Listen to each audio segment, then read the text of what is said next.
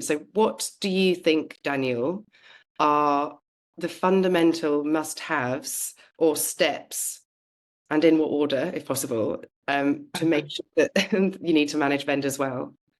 Yeah. Like, there's a million and one directions we can go in here. But like one thing I think is paramount that needs to be done is that alignment across the entire organization.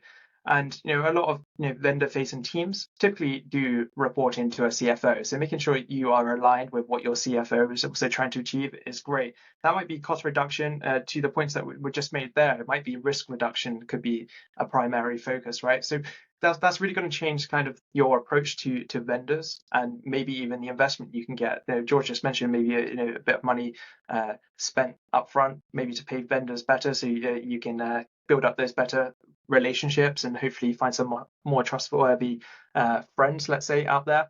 Or it might be getting tech that helps with a multitude of problems. I really liked your previous slide, Emily, because I read somewhere recently that 98% of organizations have had at least like 2 or 3 vendors have a cyber attack. And I know one thing we are seeing in the regulatory space as well is that a lot of protections in supply chain have been around like physical providers, so service providers or of goods, and now all of that's now moving to the digital supply chain, which has sort of escaped a lot of regulatory control.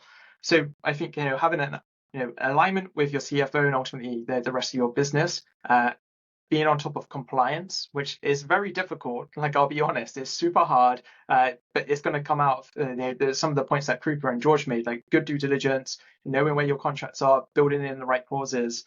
And then I think it does fundamentally come back to have good processes in place, have good policies in place, but don't necessarily just rely on them, because I've worked in organizations where they say they have policies and processes in place, but no one in the organization knows how to work them. No one knows how to raise a request. You really need to put this at the heart of everything. And I always think like too many processes and policies are made for like procurement people or vendor facing people, and you really need to make everything about your colleagues who need to raise these requests, who need to use these services. So really get talking with them, figure out what they like, what they dislike, and then build from there is a good approach.